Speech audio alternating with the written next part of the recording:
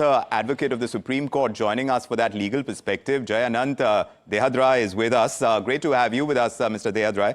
You tell us, as far as this investigation is concerned, it spanned over a year's time and multiple extensions had been sought as well. The length of this probe that we've seen, does it strengthen or weaken SEBI's case of neutrality and the kind of report that we are seeing right now?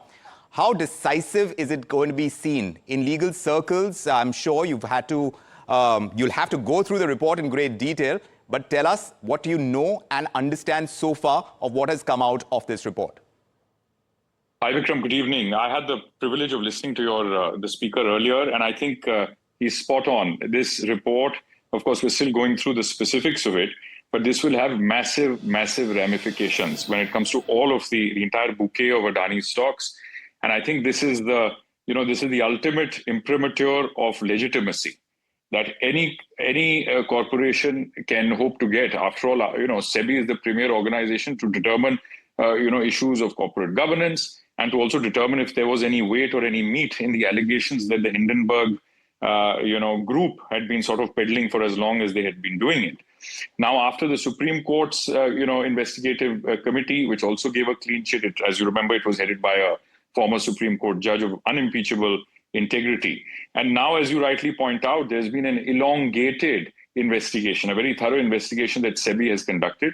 I think it only speaks to the credibility of SEBI as the premier, agency to determine matters concerning securities and securities violations. And I think, if anything, this should give greater and greater confidence to both Indian and foreign investors. And I do sincerely hope that Indian investigating agencies will also try and get to the bottom of who those actors were, both within India and abroad, who were trying to destabilize the Adani Group and via them, the Indian economy. So I think it's a watershed moment for the Adanis. I think they have walked through, burning coal and have sort of come out clean.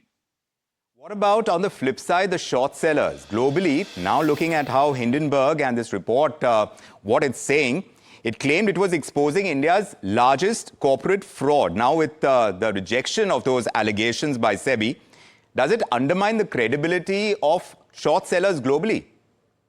I've always said that karma is cruel.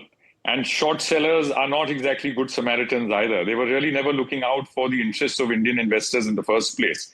They had come out with unsubstantiated allegations. There was absolutely no merit in what they had been peddling and pushing for as long as they had been trying. And if you recall, Vikram, apart from their failed attempt to sort of besmirch reputations, which is what they did in the first round, when that didn't work, if you recall, then they went and started targeting Indian institutions.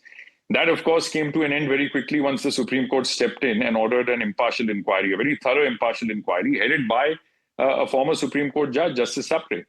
So I think all of those issues now have been finally put to rest. SEBI has done a great thing. I think it is, after all, SEBI's responsibility to look out for the interests of Indian investors. But at the same time, SEBI is also responsible in a sense, for protecting the reputations of corporations that are responsible, members of the Indian growth story. So I think they've done a fabulous job, and kudos to them. And I'm glad they took their own time. They've done a very thorough investigation, which is what I've been able to glean from the very little I've been able to go through the report so far. But it's been an extremely extensive investigation, a deep probe, and I think the results now will, cause heartburn to those who wanted to hurt India, and it should be reason for celebration for those who believed in the Indian growth story and in Indian entrepreneurs.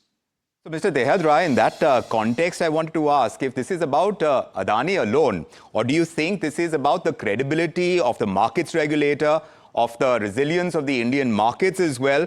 In the eyes of global capital, is that going to change a whole lot, according to you, looking at this kind of order from the markets regulator? Oh, absolutely. I mean, I used to work in Philadelphia for many years, and I have friends from university who are in the US and now are in the banking space and the financial sector. And they all, of course, echo this sentiment that once the premier, regulating authority, which is SEBI in India and the Supreme Court, once they've stepped in, given a clean sheet, this was the last thing that was really left, which, the last sort of probe that everybody was waiting for to come out. Now, once this has also come out, I think it will have a ripple effect very, very quickly. I think we'll see the impact tomorrow when markets open, but we will also see now the Adani Group getting greater unfettered access to global capital. I think it pretty much changes the game for them. And what you said earlier also is very correct. I think their attempt, the Hindenburg, this group, this sort of, this gang that came together with actors both in India and abroad, their primary aim was to try and hurt, the reputation of the Indian growth story. And they needed a target through whom they wanted to achieve their nefarious ends. So at least insofar as that is concerned, this chapter ends permanently, in my opinion, now. Does it now? And that's an important question. I was asking another colleague of yours, an advocate at the Supreme Court, Siddharth Luthra, was also joining us immediately. And I was asking him if this case can now be considered closed, or there can be other agencies, whether they're domestic or international, that could pursue related investigations in this matter. You know, Vikram, many years ago, there was a very famous Indian jurist, Justice Krishna Iyer, one of the most respected.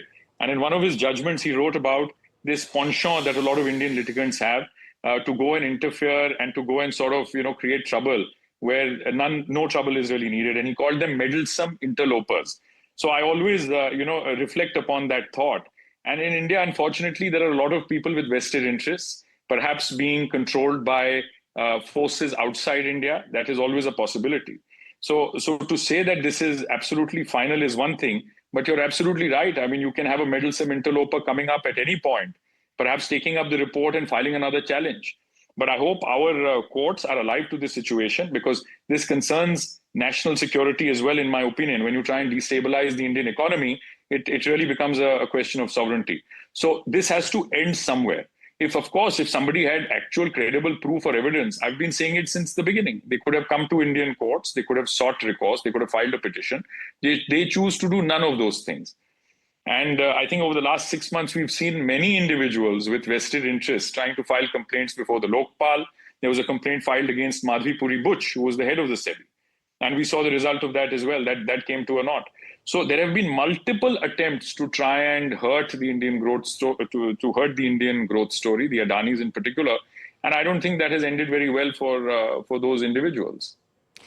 Well, going by the report, it certainly hasn't. But also one wonders, because of the size and scale of the investigation that was launched, the length of time this has taken as well to arrive at this detailed report now, one still wonders, and critics would argue perhaps, Mr. Dehadrai, if SEBI, having found no liability over here, if that really doesn't highlight any gaps when you talk about disclosure norms or related party transactions that Indian corporates need to address. Yes, absolutely. And of course, one would need a more detailed look into the report. But you very rightly point out, in terms of related party transactions, which was one of the foremost allegations that the Hindenburg Group made, that has been, it's been proven that it was absolutely false. There's no merit in it whatsoever. In terms of corporate governance standards, even that now has become clear that there was no violation of any SEBI rules or regulations, and that corporate governance is being dealt with very responsibly by the Adani Group, which is expected of them, like any other large conglomerate in India. So I think this is very good. This was maybe perhaps a wake-up call for everybody, all the large corporations, conglomerates, entrepreneurs in India. It's a wake-up call that, look, there are other ways and means by which actors within India and abroad may try and harm your business. So please be alive to those, to those malicious actors. So now I think they internally, all of these companies would be sitting down with their strategists and coming up with ways to perhaps thwart such attempts to harm these companies in the future. So I think it's very good. It only makes them stronger, which is what I had alluded to even earlier, that I think this sort of an attack, a malicious attack like this, and once you've repelled it, and you've repelled it not using some private body or some, in some private forum, you have repelled it successfully in front of a government authority, the foremost government authority to determine these things. And separately, in terms of the judiciary, no less than the Honorable Supreme Court has said that there is nothing amiss in these in the corporate governance structures of these companies. Now, what more is needed? I ask myself, what more now do these people have to do to prove that they're clean? When you talk about what more, as far as the regulator is concerned, and of course, like you mentioned, it's come from the Supreme Court, it's now coming from the markets regulator, from SEBI as well. We were talking about the robustness of the regulatory force that SEBI is when it comes to the markets. But should SEBI now use this moment, Mr. Dehadrai, to tighten some of the regulations around offshore funds, around shell entities, promoter holdings, just to avoid any controversies of a similar nature that could come up in the future? Vikram, you ask an excellent question, and I have a two-part answer to that. One, in terms of the length and scope of the inquiry conducted by SEBI. Let's not forget that SEBI, in fact, has all the tools that were necessary for conducting an inquiry such as this, perhaps even greater tools, better tools than what the Supreme Court's ad hoc committee would have had to deal with an investigation like this. Which is why I say that the SEBI's clean sheet in this case, in my opinion, has even greater value than the one, in fact, that the Supreme Court gave. That is the first point. Second, in terms of tightening regulations, in terms of access to offshore finance and so on, my personal view is that SEBI should not do anything that makes it less competitive for Indian corporations to operate on a global field, right? At a global level. So unless and until, there are as long as there are proper disclosure mechanisms in place, there is enough transparency, there is freedom available to investors to raise red flags if they ever believe there are some. And all of these freedoms are intact. All of these options are available to investors, not only Indian investors, to foreign investors also, right? So I think there are enough safeguards in place. And SEBI, in my opinion, should never do anything that makes it less competitive for Indian corporations to operate at a global level. That's my very firm view. Appreciate that view, Mr. Dehadrai, and request you to stay on with us. Mr.